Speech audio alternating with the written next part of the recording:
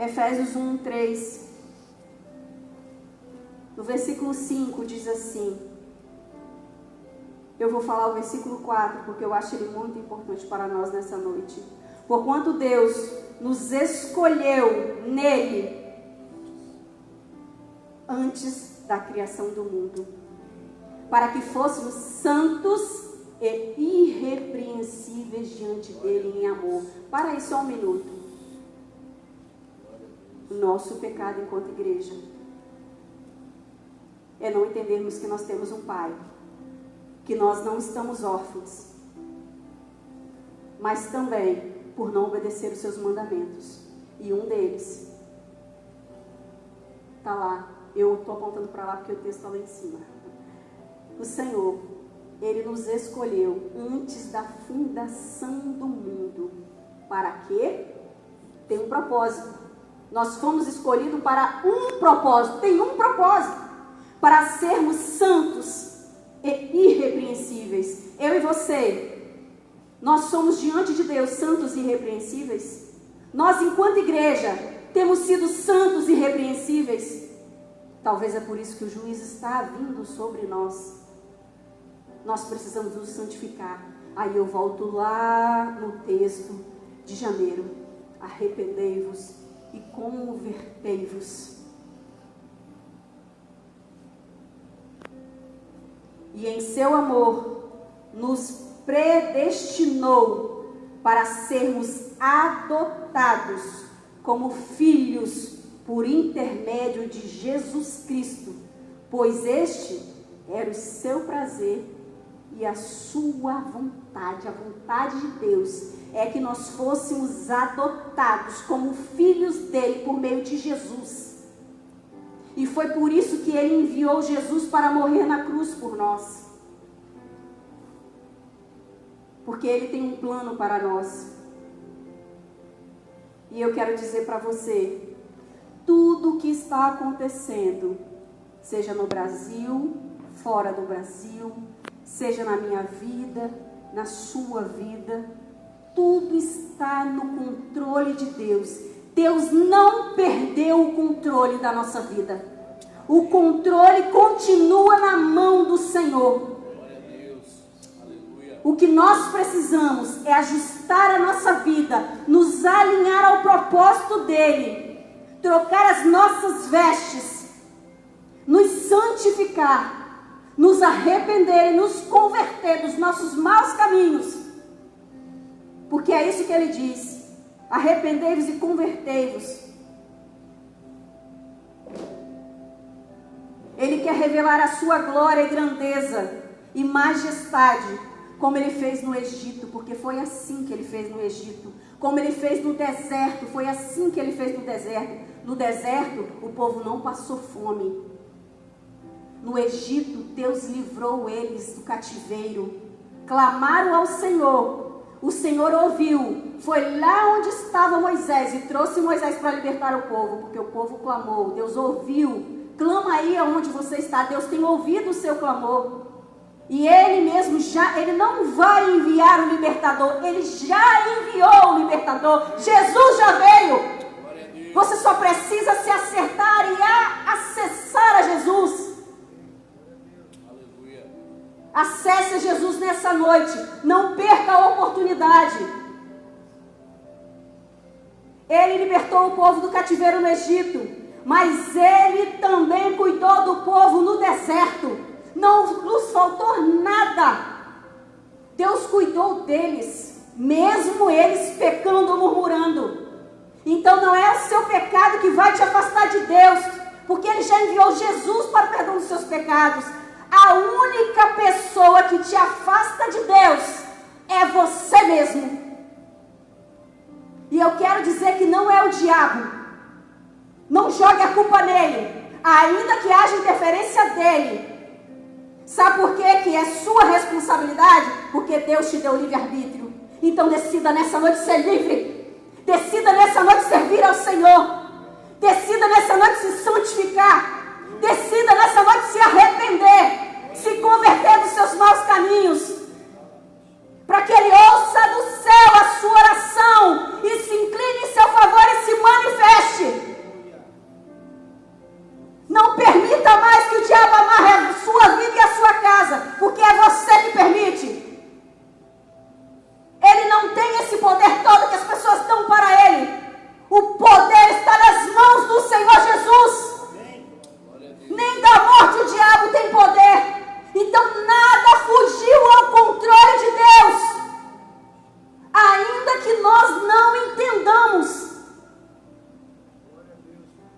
Você é filho, você é filha.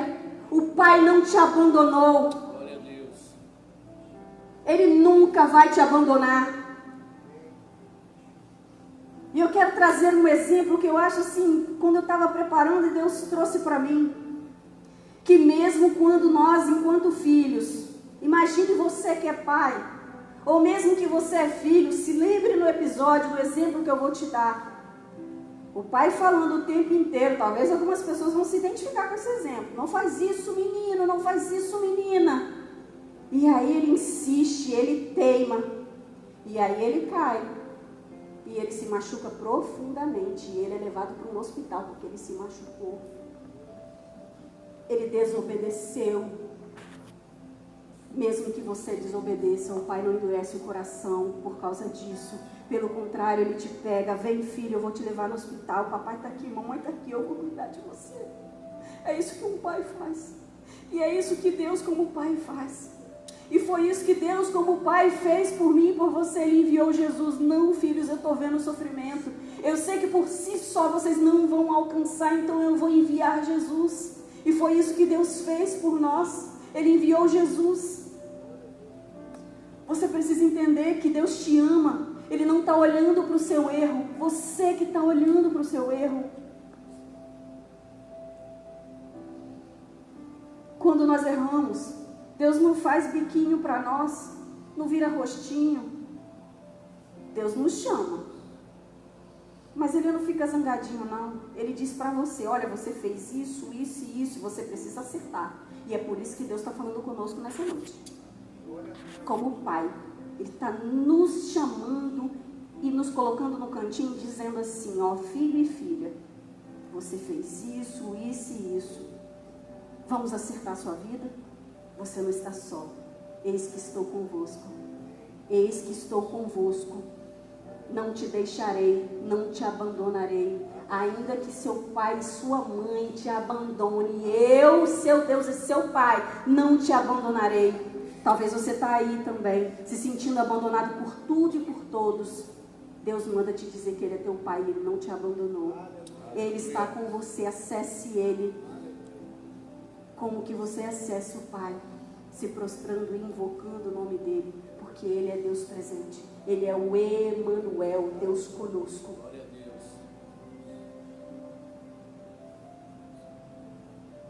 E mais interessante, que mesmo diante de todos esses exemplos do povo pecando, Deus continuou os amando. Deus os amou o tempo inteiro, Deus os amou, Deus nos ama. Tem vários exemplos de pecado do povo, mas eu quero dizer para você que você pode estar seguro, se sentir seguro, porque Deus, o meu Pai, o seu Pai, Ele está conosco. Ele nos convida a estar na mesa com Ele nessa noite. Nós vamos ceiar daqui a pouco, mas o Pai convida os filhos para estar na mesa. Os filhos não precisam comer das migalhas. Os filhos podem comer do que está na mesa. Os filhos são convidados a sentar na mesa junto com o Pai e ceiar com Ele. Eis que estou à porta e bato. Se alguém ouvir a minha voz e abrir, eu entrarei e cearei com Ele nessa noite. Ouça a voz do Senhor.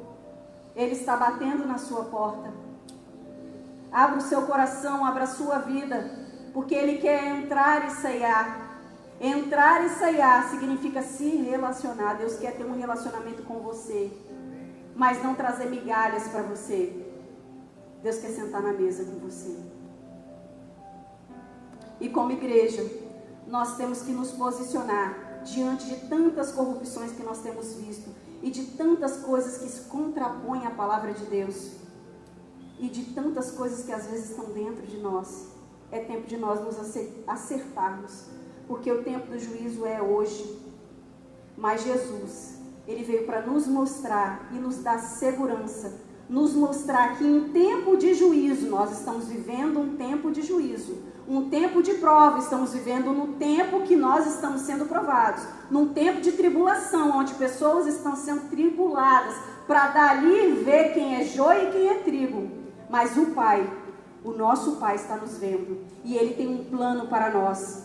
E esse plano transpassa a nossa mente, o nosso entendimento. E lá em Jeremias 29, 11, até o versículo 13, eu não vou ler se quiser projetar, mas esse é o texto. O Senhor diz: eu é que tenho pensamentos de paz e não de mal, para vos dar um futuro e uma esperança. O Senhor tem pensamentos que nós nem imaginamos. Então, ainda que nós estejamos vivendo um tempo de juízo, o Senhor quer nos mostrar que nele nós temos segurança, que nele nós podemos confiar, que nele nós podemos descansar, porque Ele virá em nosso socorro. Você tem descansado no Senhor? Mas Ele, se Ele te prometeu, Ele vai cumprir. E eu sei uma coisa que Ele nos prometeu, que Ele estaria conosco todos os dias. Então é tempo de tribulação? O Senhor está com você. É tempo de prova? O Senhor está com você. Confie nisso, confie nessa palavra. No momento da morte de Jesus,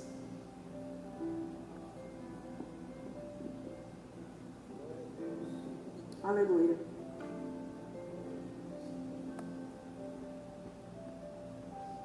Jesus na cruz, Jesus indo para a cruz,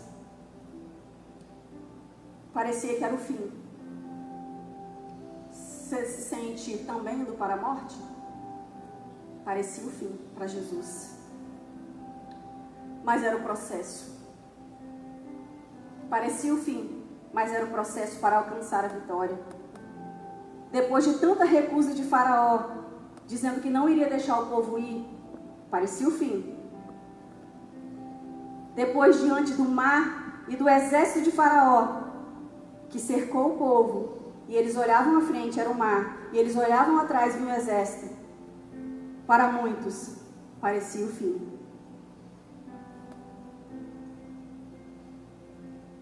Mas tudo fazia parte do plano. Tudo fazia parte do processo de ensino de Deus, da prova da fidelidade, da confiança que Deus queria mostrar que o povo deveria ter. Então tudo isso que você está vivendo faz parte do processo, não é o fim. Faz parte do processo, mas não é o fim. Por meio da morte de Jesus, que quando olhava-se, parecia o fim, foi por meio disso que nós alcançamos a vitória. Foi por meio disso que nós alcançamos a graça, que é o favor imerecido. Nós não precisamos ficar com medo. Jesus é o nosso advogado. Diante do Pai, por meio de Jesus, nós podemos clamar e invocar esse advogado. É tempo de ajuste? Sim. Mas é tempo de prantear. É tempo de pedir a Deus para nos mostrar as impurezas em nós, enquanto igreja também. Não precisamos nos desesperar, pois Ele está conosco e nada nos faltará. Nada faltou para o povo no deserto e nada vai nos faltar. Porque Deus, lá em Oséias 2, e é lindo esse texto, porque era uma das minhas perguntas antes de ser estudiosa da Bíblia, de ler a Bíblia. Mas Deus levou o povo no deserto. Deus levou o povo no deserto para não matá-los. Pelo contrário, Oséias 2 diz que Deus os levou ao deserto para provar o seu amor para com eles. Então, em meio ao deserto, Deus está provando o amor dele para com você. Você só precisa confiar. Jesus confiou no Pai. Lá em Lucas 2, 22, 42, mostrou uma extrema angústia, porque Jesus estava diante da morte. Ele estava diante de tanto sofrimento. Será que você se identifica com esse sofrimento? 42. Mas Jesus tinha uma escolha, porque o medo, ele estava vindo sobre Jesus. E eu quero dizer para você que o medo é uma proteção. Nós temos um medo natural.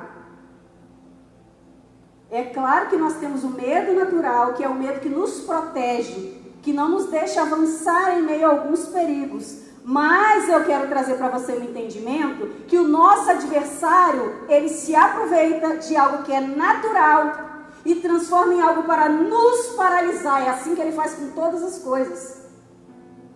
E ele quer se aproveitar do medo que é natural, que é para nos defender, e gerar em nós o medo que venha nos paralisar, para que nós não avancemos e não alcancemos aquilo que Deus tem para nós. Ele tentou assim também com Jesus não foi diferente.